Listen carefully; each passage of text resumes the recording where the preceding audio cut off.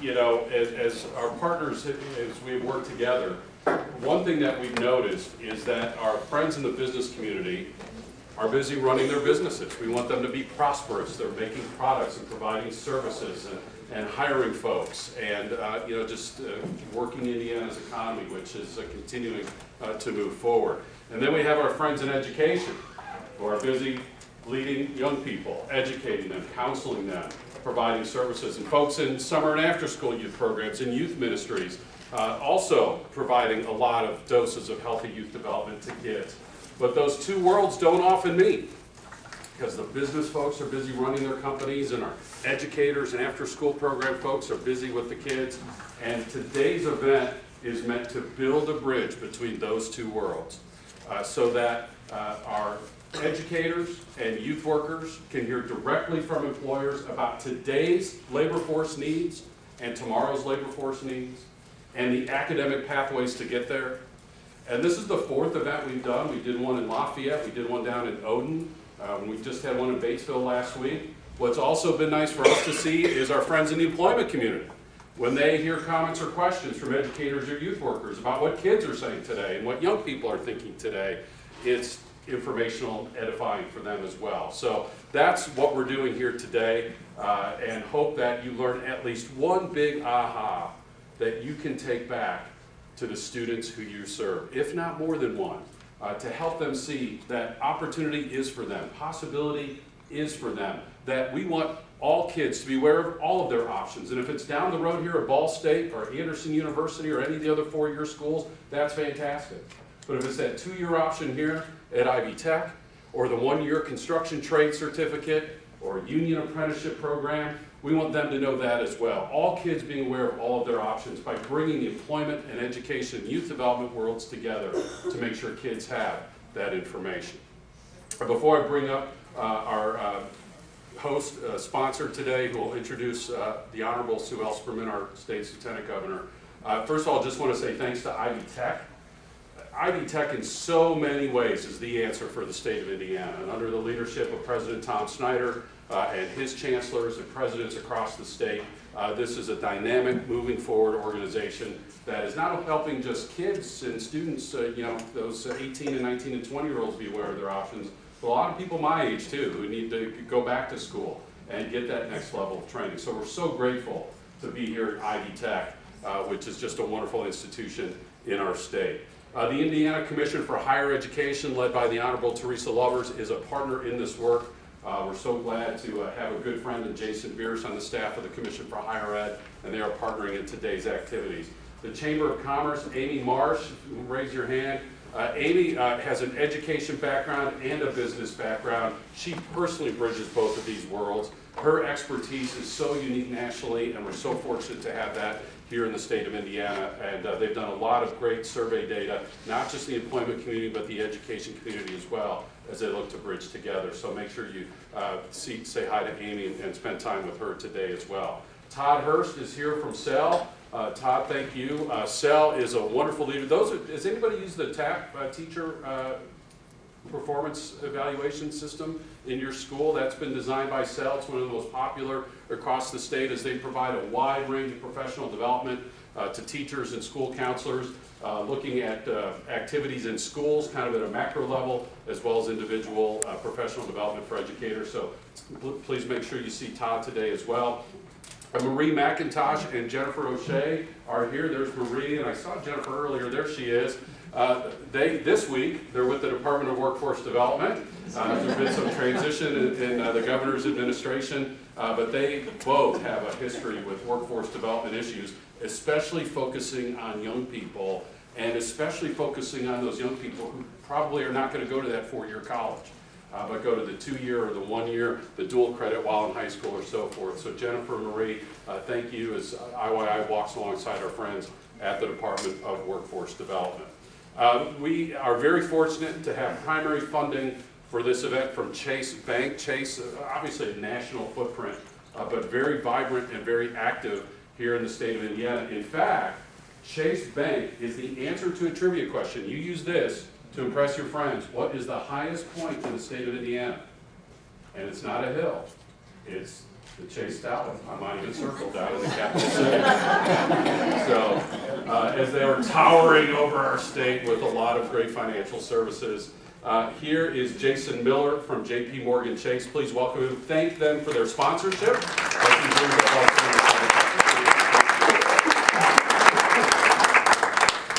Well, I want to thank Bill and Amy with the Chamber for giving us a few minutes to say a few words about JP Morgan. JP Morgan is a global company with local outreach. We support organizations like this in the communities that our employees live and work in. Every year we give $2 million to Indiana not-for-profit organizations, and I don't think that's something that many of our residents know, but it's something we're really proud of. The Indiana Chamber is an important partner in these efforts. Our foundation recently gave a $90,000 grant to the Indiana Chamber of Commerce to conduct a series of regional events just like this one, focused on bringing industry and educators together to discuss career opportunities in high growth and high wage sectors. Connecting education to careers is a priority for our company. It benefits our clients who are looking for a skilled workforce. It grows the economy, and most importantly, it provides opportunities for student success in the future. We're excited to partner with the Chamber, and it's an important initiative, and we're happy to work with all of you here in attendance today. Thank you for having us here as your guest. I'm going to say a few words about the Lieutenant Governor and then introduce her and turn it over to her.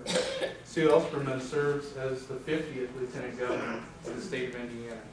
She manages 6 state agencies, including the Department of Agriculture, the Indiana Housing and Community Development Authority, the Office of the Defense Development, and the Office of Community and Rural Affairs. She also serves as the President of the Indiana State Senate and chairs the Indiana Counterterrorism and Security Council. She was raised in Ferdinand, Indiana, graduated from Purdue as an industrial engineer, and established a career in engineering and management at Michelin and Frito-Lay. After earning her master's degree in doctoral and industrial engineering at the University of Louisville, she established Ellspermann and Associates and began a 20-year consulting practice. She later became the founding director at the University of Southern Indiana Center for the Applied Research and Economic Development. In 2010, she was elected to the Indiana House of Representatives, and in November of 2012, she was elected to serve with Governor Mike Pence. Please join me in welcoming today's keynote speaker, Lieutenant Governor Sue Ellspermann.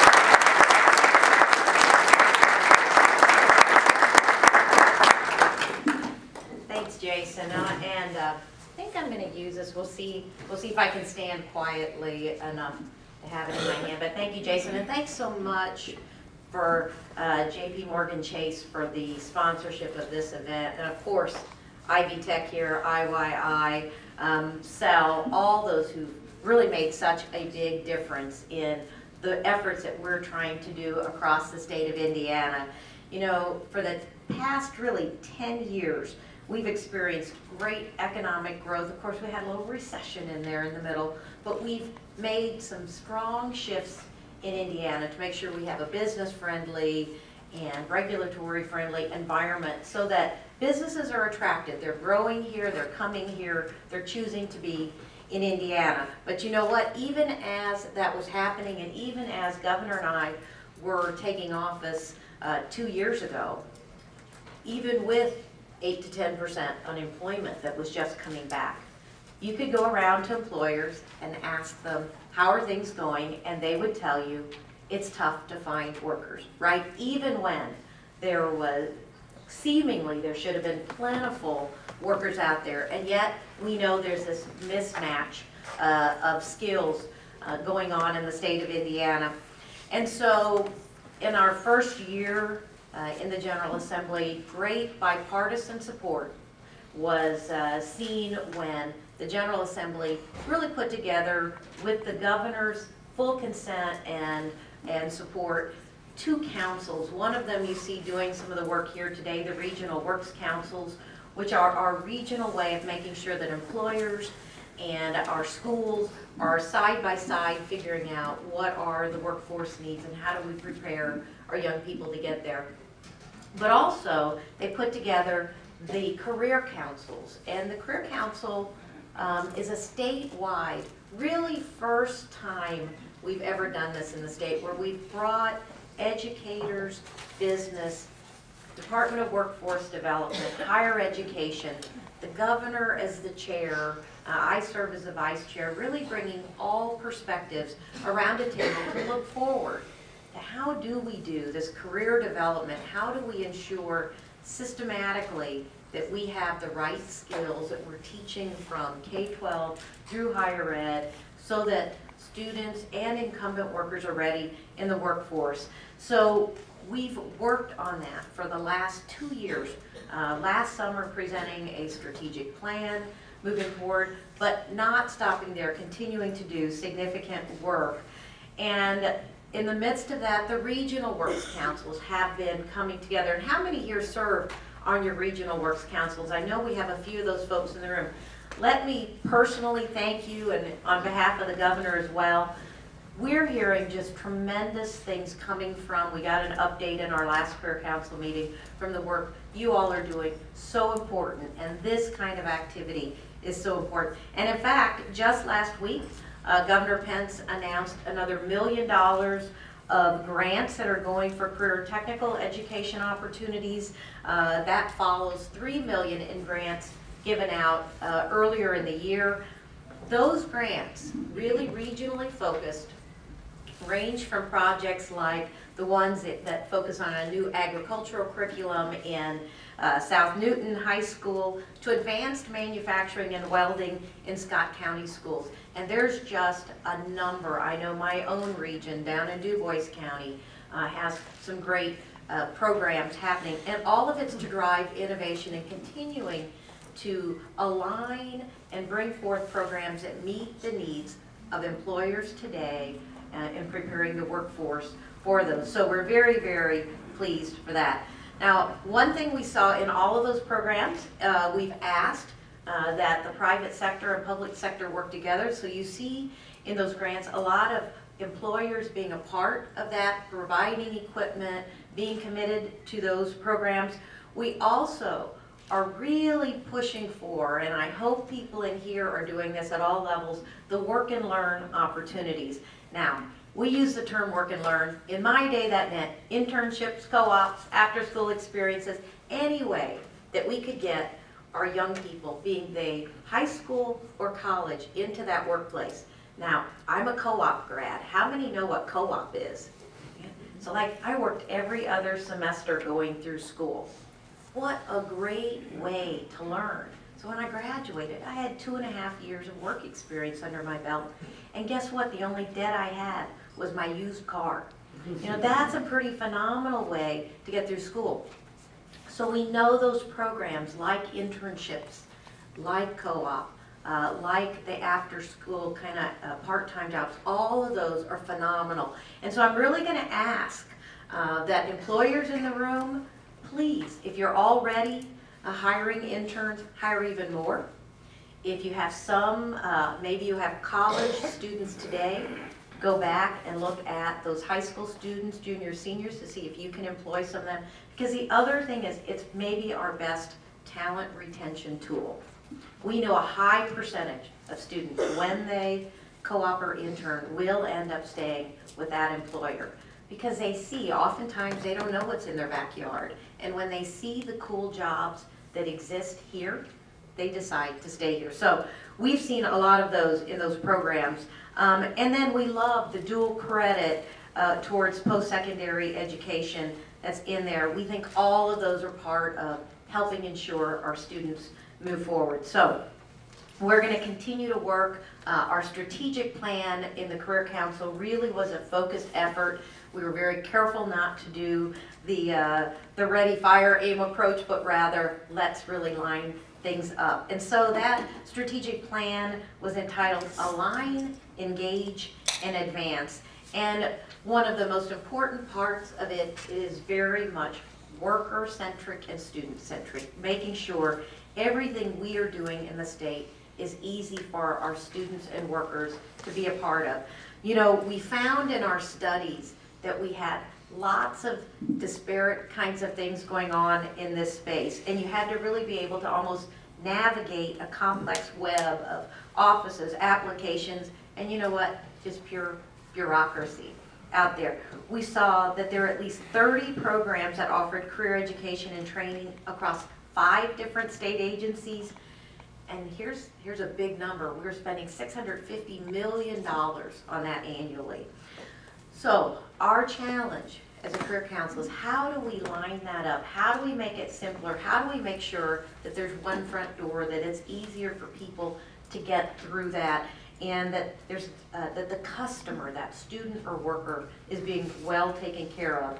So that's underway. Department of Workforce Development is working very hard to try to align those efforts, working with FSSA and other higher ed commission, et cetera, trying to find ways to line that up. I'll tell you the other thing we found, and I'm going to ask, how many counselors do we have in the room? Raise your hands. Okay, this is no surprise to you. You'll be able to say that.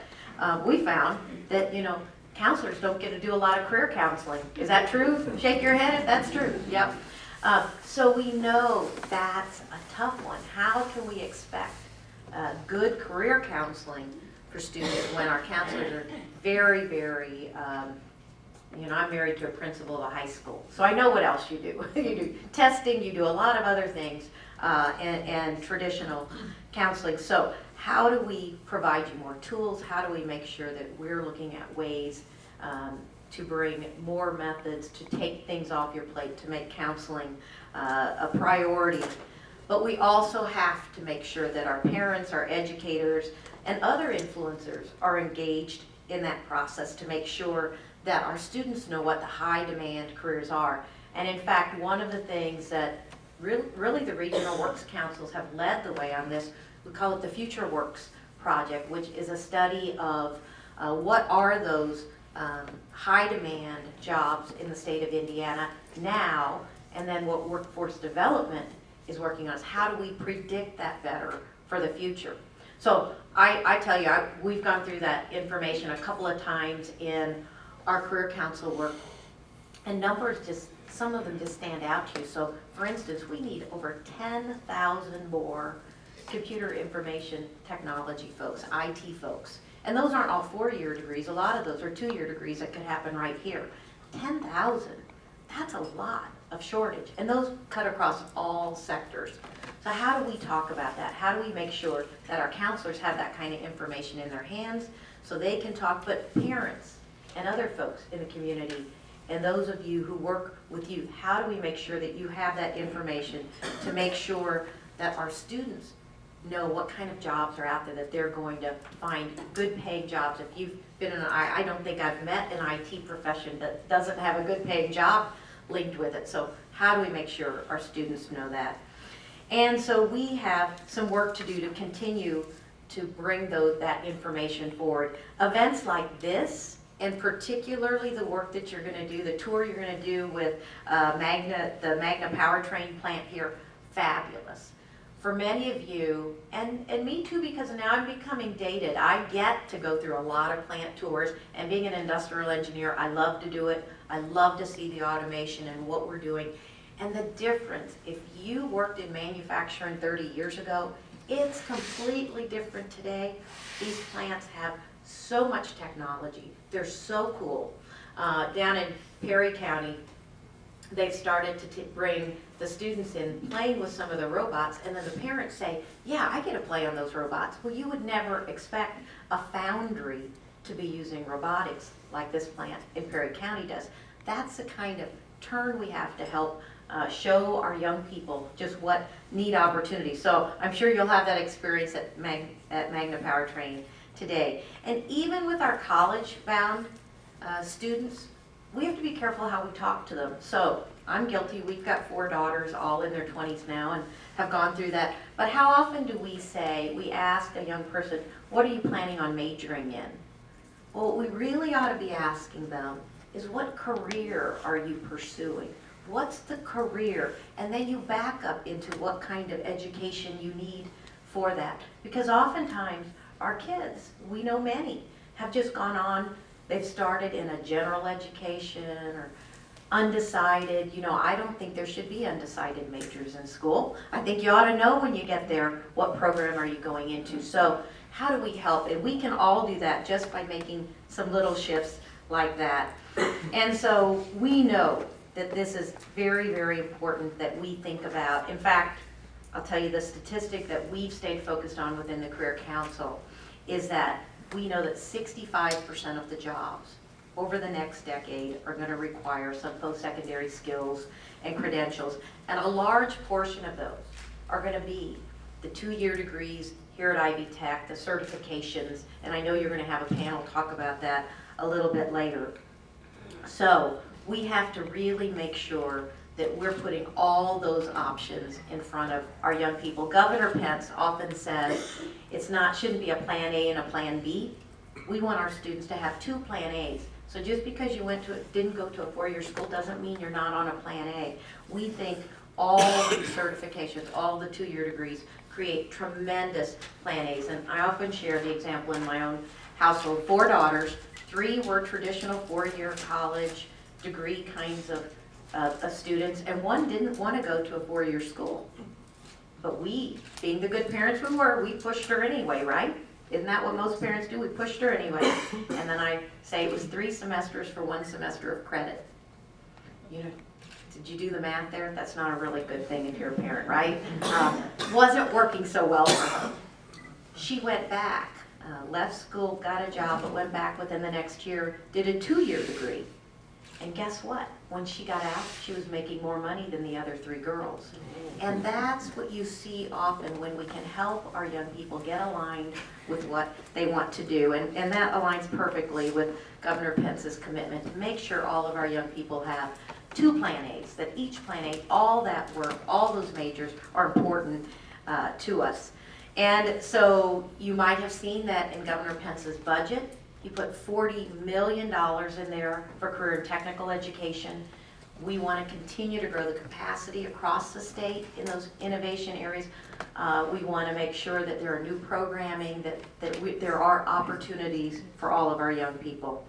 So convinced that there are many things we're doing in the state that are right, that many across the country are looking at Indiana and what we're doing and saying, you're on the right track. We have more to do. I can't thank enough the regional work that's happening right here to get it right at the local level, at the regional level. We at the state, be assured that Governor and I, and the Career Council, and many, many partners at the table will continue to do what we need to do to help align and make it even stronger. And most importantly, thank each of you for coming out today and caring so much about both our young people and incumbent workers and making sure that there are great career opportunities all the way around. And as Governor and I say, we really are committed in this 21st century to making sure Indiana is truly a state that works. So thank you so much for having me here today.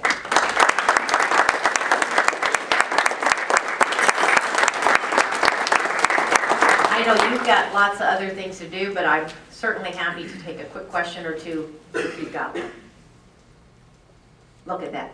They're ready to move. Lieutenant Governor, can I ask you, the $4 million in funding, give folks a sample, the types of projects that are being funded and how that meets that wonderful strategy that the Career Council has developed? Well, I think the key is that they are coming out of local areas, so local career and technical centers, they are the local high schools, working with local employers. I'll talk about the one in my own neck of the woods where we have several employers like Jasper Engines, Kimball, Master Brands, working with Vincennes University, Jasper, together to develop, working with the schools where the kids go.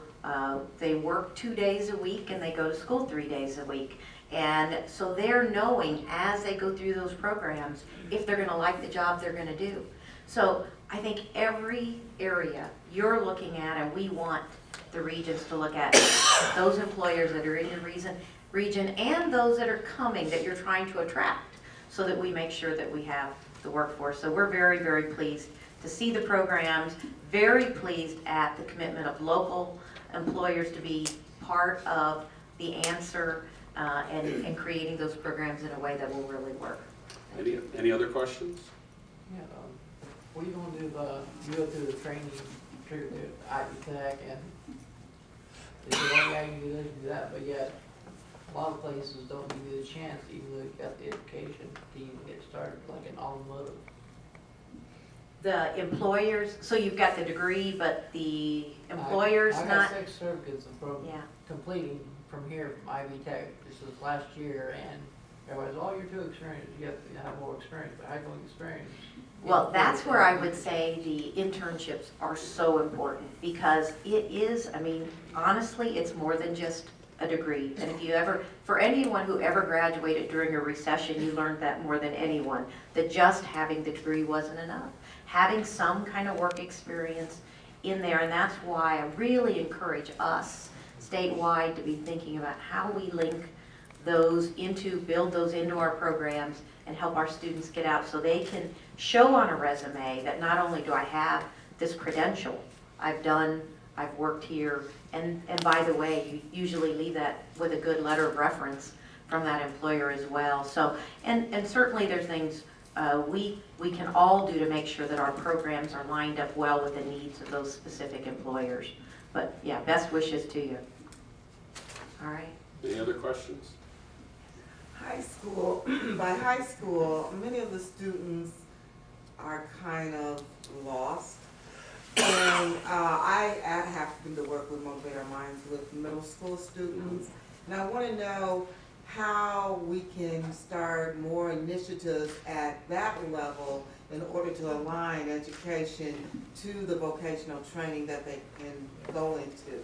Well, I think, and I know we got a lot of the career counselors in the back, something that we've been talking with the superintendent of public instruction is moving that careers course from high school CTE down into middle school, junior high, where really every student ought to have some introductions to careers kind of course in there. And I think that's something we continue to have on the table to figure out how might we make that happen, which then our young people get a much better look at what kinds of things they're interested in. But often, by the time you're midway through high school, it's almost too late.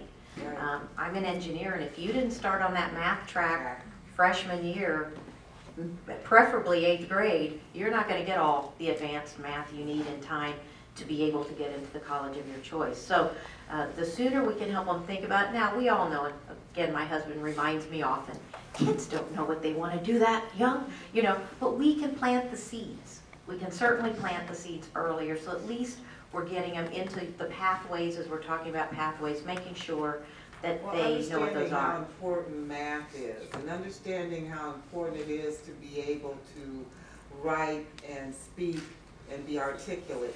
Those are the types of things that the kids don't really understand. Why do it? And with middle school being such a catch-all portion of education, it would seem more applicable for us to do more in that line so that kids have a rhyme and reason to go to school. Carolyn, you're right on. Thank you. Yeah. Thank you. Lieutenant Governor, I would also add, and with that wonderful computer lab you have at Mom's, 2 free websites to utilize. One from our friends at the Department of Workforce Development, the Indiana Career Explorer, ICE.org, what is it, Roy? ICE.org, and then at the Indiana Youth Institute. I'm sorry?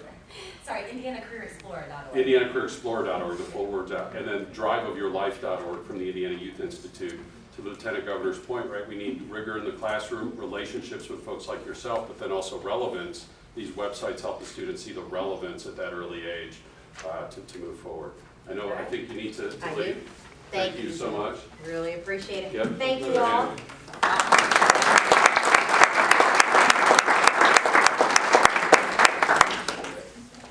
Thanks for that, good work. Lieutenant Governor, thank you so much as you lead the state in so many important ways. One of the areas too, the Lieutenant Governor's office oversees agribusiness in our state, 300 careers in agribusiness. And if you're familiar, for example, with Beck's Hybrids over in Hamilton County, they had a 400% hiring increase in the last 5 years, and that's a trend that they expect to continue.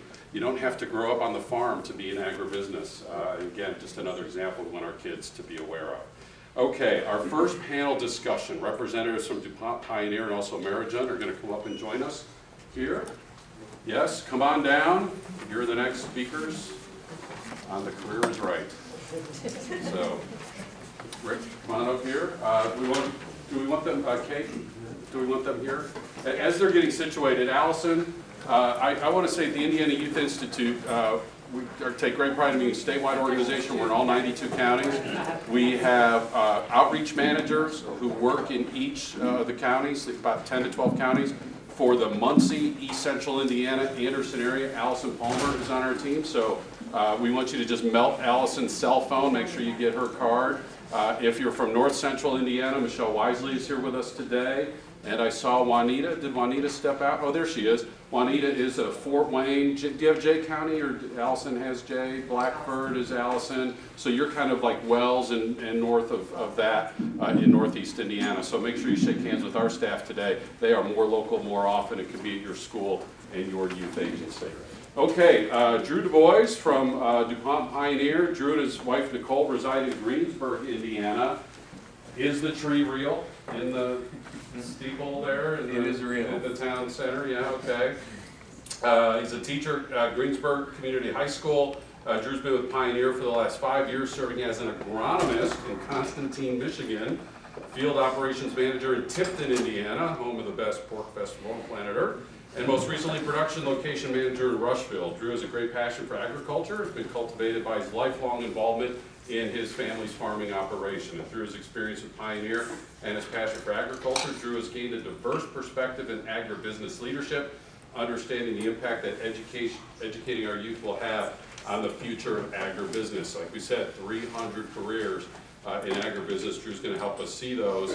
And Rick Barnett, Vice President of Engineering in Indiana for Mergen. Am I saying that right? Merjun. Rick has a long and extensive career in advanced manufacturing and executive coaching.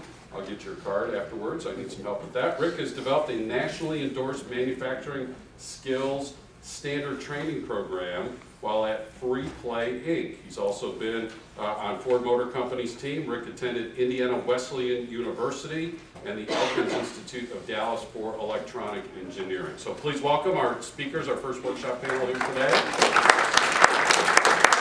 And this session is going to go till about 10:15. So what we've asked is our speakers to, maybe speak 10, 15, 20 minutes, lay out what their companies do, what the current labor force needs are, what they project in the near future, and the advice in terms of academic pathways to get there. And then we'll have time for your questions and even your comments, so they can hear from you what you're experiencing as you work directly with students. So Drew, why don't you go first? And thanks for being with us. Thank you. So I guess just a show of hands, how many people know what Pioneer does?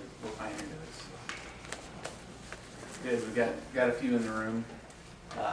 I'll have to talk to Salesforce to figure out how we get more hands to raise here.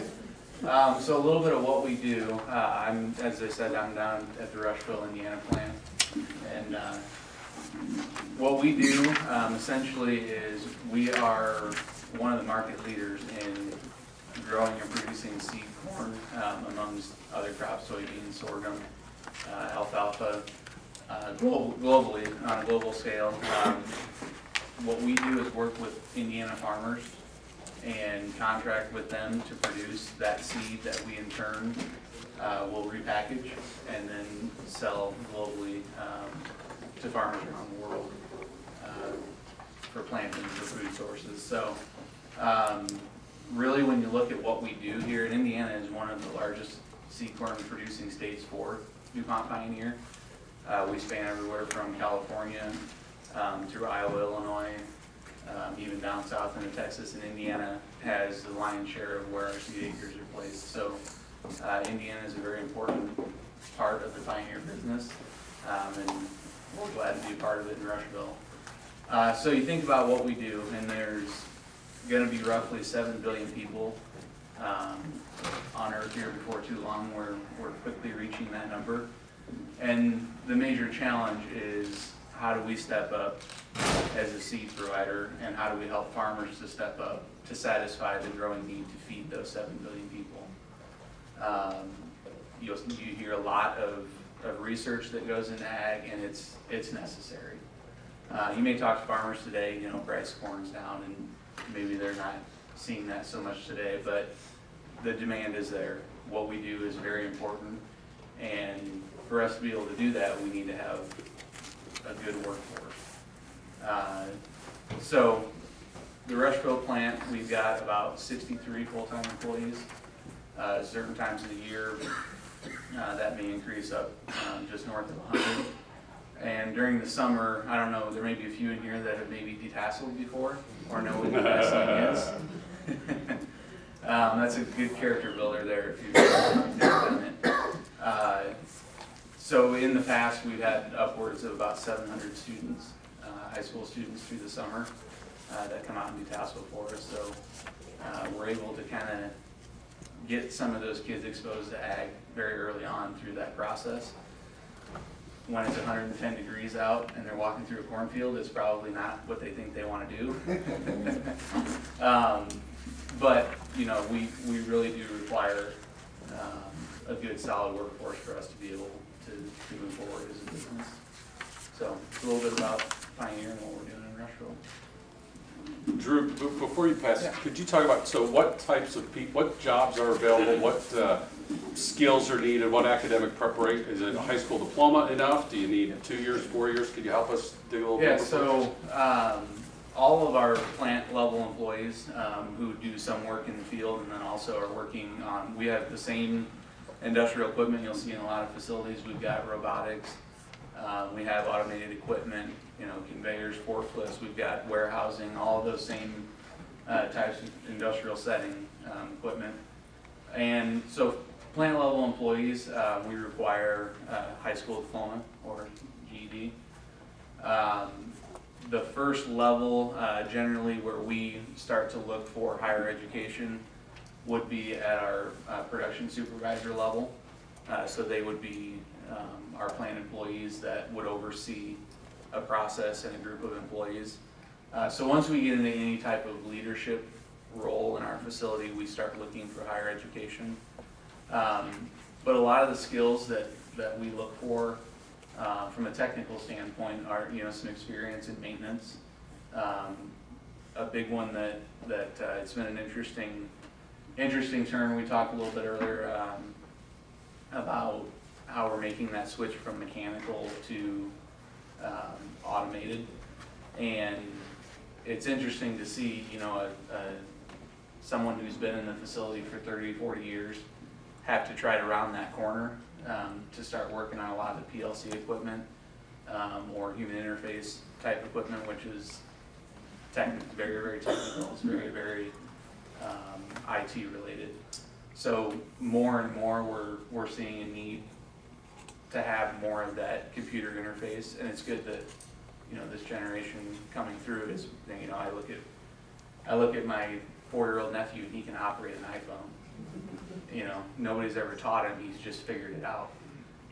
So it's good that we're seeing that because it's really a turn on where we're going in business. So a lot of it, you know, on the technical side that helps. But really the big thing that we see more and more as we interview some of the younger folks is, yeah, we're doing a really good job of getting the technical skills in front of them. But the biggest challenge, and I think, you know, any of the teachers in here and counselors would agree, it's more of the soft skills that we start to see lacking a little bit.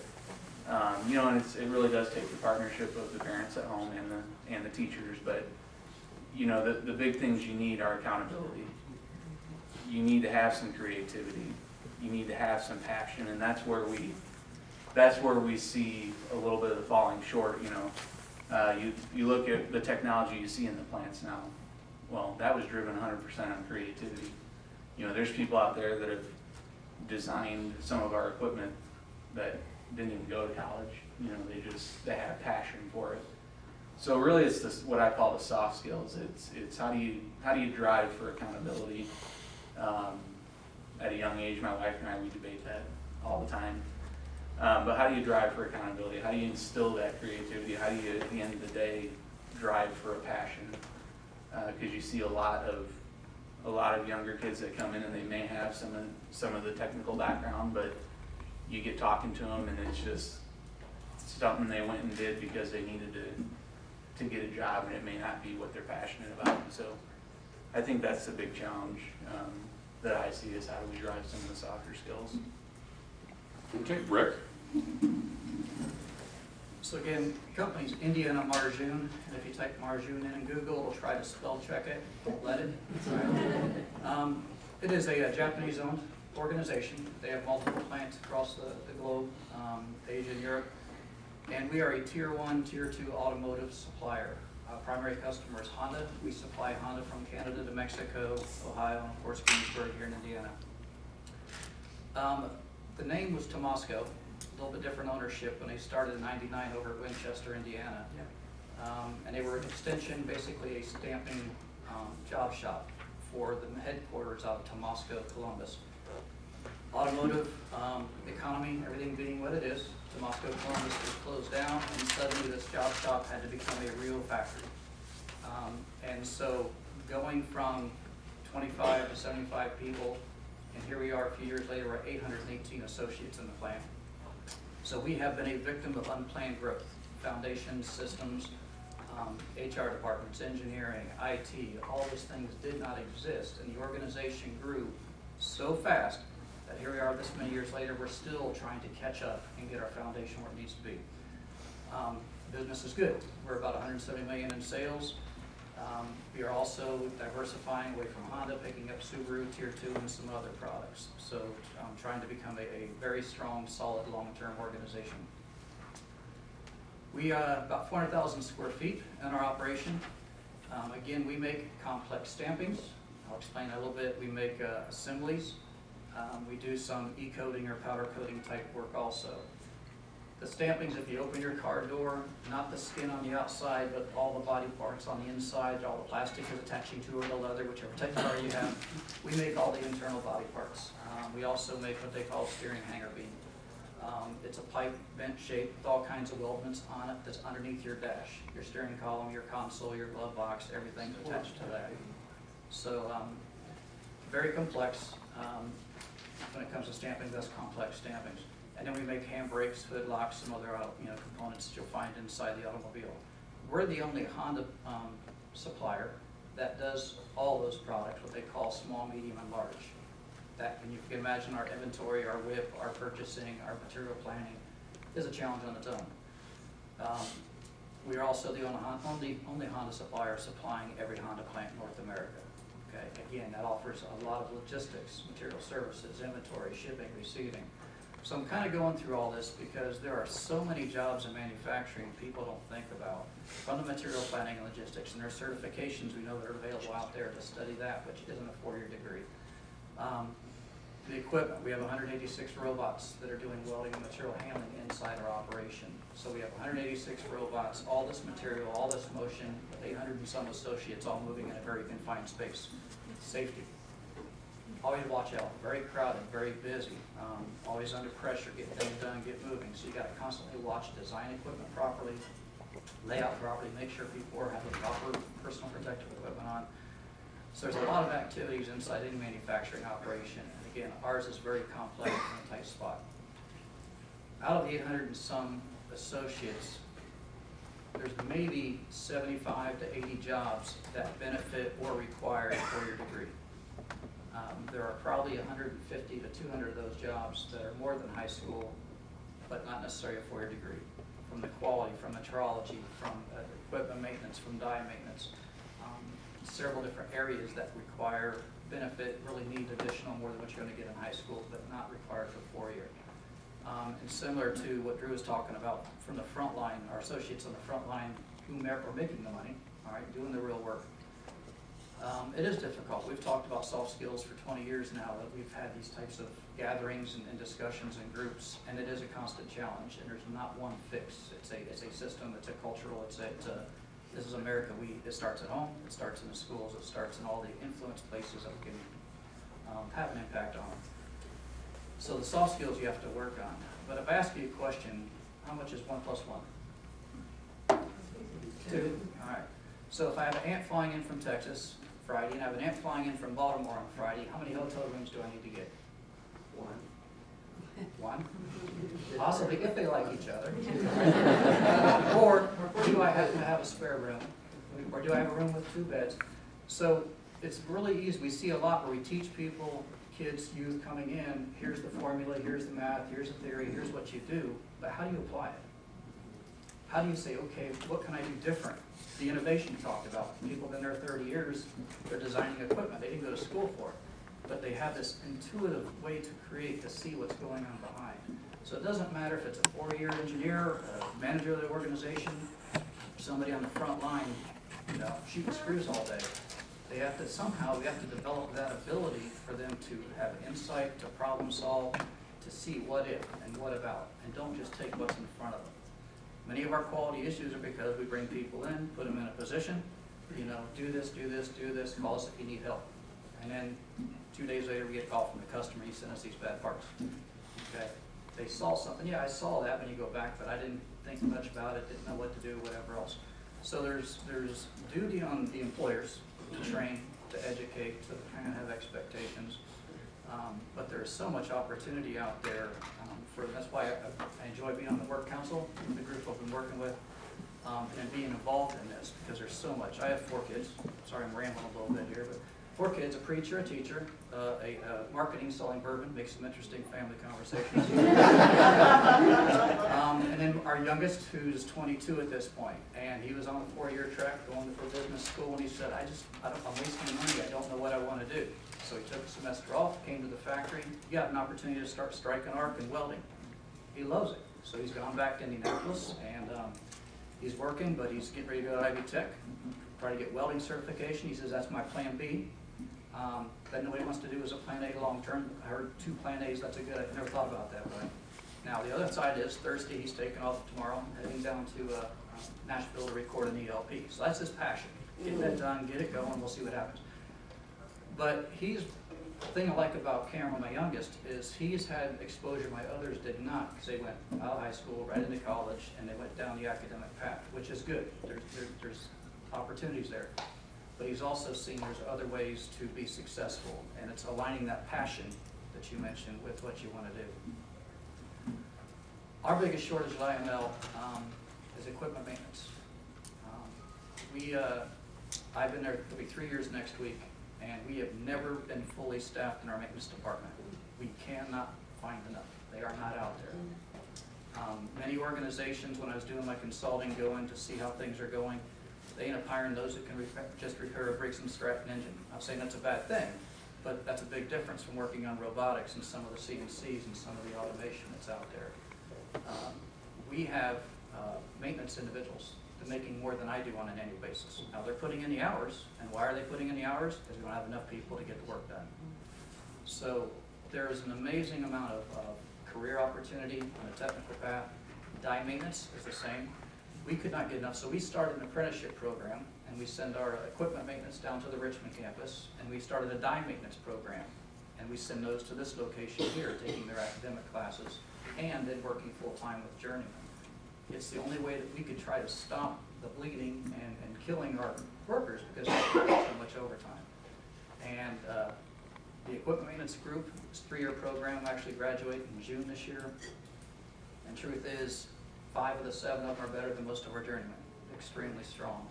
Attitude, passion, the right type of education with the right time of experience blended has been really well. So we talked about internships and co-ops, Lieutenant Governor did. We have that also, but I also look at other employers. Get the apprenticeship. It's a non-union shop. You don't have to have a union for that. No matter what your situation, the apprenticeship is a great way to go. It's a great way to bring academic into the technical into the workforce and create some opportunities. But again, metrology for us is a great need. Engineering, again, there is a major shortage in engineering in the country. There has been for years, and we're losing the battle on that one. So there's still legitimate purpose for 4-year, when I look at manufacturing, 4-year tracks. But there is so much opportunity that we need to make sure we let the youth know other options. Sorry. Oh, no, that's excellent. That's excellent. How do you think the students view manufacturing today? Is their view correct?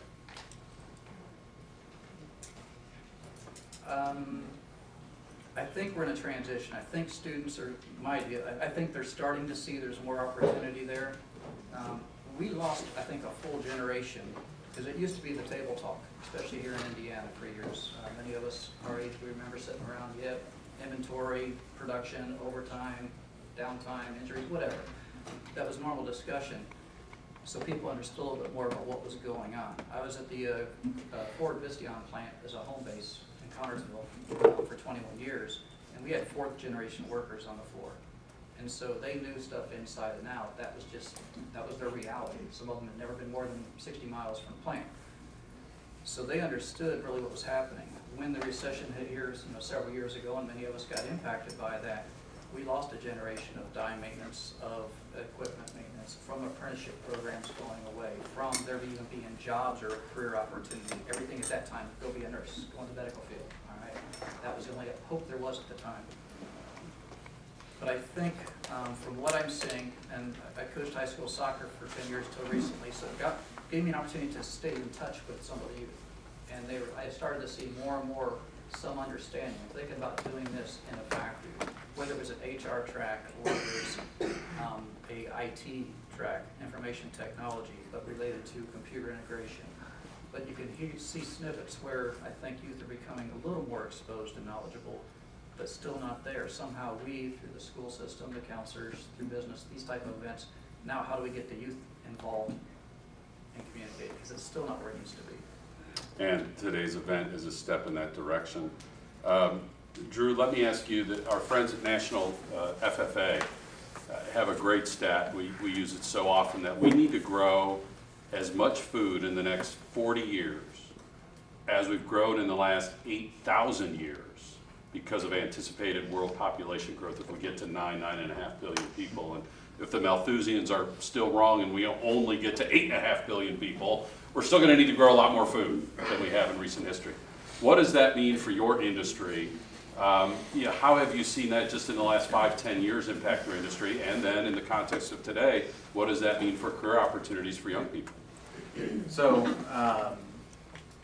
really what that means for us, you see a lot of research that takes place. That's one thing that, for those on a 4-year track, there is a very large demand for corn breeders, soybean breeders, in research side of things. There's also, and what a lot of people may not realize, is they call them their RAs, or research associates. Those are, and it's a great track for people that think they may be interested in the science side of agribusiness. And those are associates that essentially assist the plant breeders. So it gives them kind of an into the organization without maybe having a full college degree, maybe a 2-year technical degree, but it gives them some exposure. So kind of on a bunny trail here, but it's another avenue where there's really a demand for that type of work. Jobs-wise, it's a very good outlook. I look at Pioneer just in the 5 years that I've been there, and we've seen massive acreage growth just in order for us to be able to supply that growing demand worldwide. I look at the Rushville plant. Just last year, we invested just over $13 million in new technologies in the plant. Part of that went to, as we look at that growing demand, we need to figure out how we can help the farmers to produce more with less. Not only is that important for their bottom line, but it's also important for the environment. So there's a huge challenge on how do we continue to be better stewards of the environment and still feed the growing population. So we've done huge across the entire country investments in infrastructure to be able to satisfy that growing demand. From an acreage standpoint that we've planted, over the last 5 years, it has almost doubled, pretty close to tripled the number of acres that we're planting to convert back into seed. Obviously, right now in the ag market, we're going through a bit of retracement. You look at the almost straight line growth that the entire ag economy has seen over the last few years. We got to take a year or two here to retrace, correct the market. You know, we size our business and meet the demand accordingly. But there's still huge, huge long-term potential there. And Pioneer and DuPont, being a global company, there's a lot of the same work that's taking place in foreign countries. There's a lot of countries that don't have a sustainable ag system. So it's trying to help train some of those people and to help really the entire globe to improve and to meet that growing demand. So there's a very, very good outlook for it. Yeah, part of, way to think about this is if a student comes to you and you're trying to help encourage them, what they want to do with their futures. They say, I don't want to sit in a classroom or, more books and more tests and more lectures. And one question might be, how would you like to feed the world? How would you like to feed the world? And DuPont Pioneer, that's what they're doing. They're feeding the world. How would you like, do you like video games? Do you like playing with computers? Because that's what's happening at Marjan with computer technology. When you hear that the equipment maintenance jobs are never fully filled. The equipment maintenance jobs are never fully filled. And I know from some others in your industry that somebody knows that they're in that ability, and the employers are all kind of going for that same person. That's how desperate maybe is too strong of a word, but how hungry our employers are for these positions. To let a student, well, there are no jobs for me, really? Because I just heard a guy say he has a whole segment of jobs that are never fully filled. And I happen to notice you like computers. I happen to notice you like computer technology. That's what it would be to obtain one of those jobs at a wage that is at or above Indiana's median. So again, that's the bridge that we're crossing today and bringing the employment, the school, and youth development worlds together. Does anybody have questions for our guests? Yes, ma'am. I thought it was really interesting to hear you both talk about soft skills are so important in our kids. And as a school counselor, we deal in the realities of state law. And we're now spending so much time not only doing testing, but putting kids in classes for testing so that they've got extra English classes, extra math classes, and they don't have time to take classes that are traditionally creative. They may not have time for art, they may not have time for music, or home ec, or tech, or any of those kind of classes.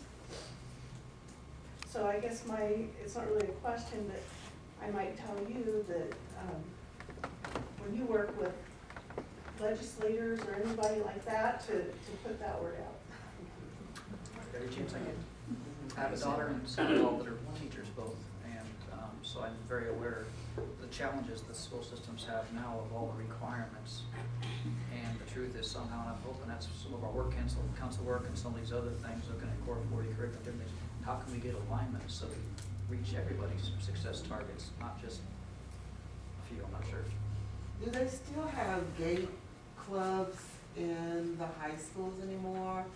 GATE was started at Purdue, where I was affiliated at Norfolk High School in Fort Wayne, but it was in fields of agriculture, and it was in connection with Purdue. We got to go down to down south and be involved in that. And so I think, coming from the inner city, many African American kids think, oh no, I don't want to be a farmer.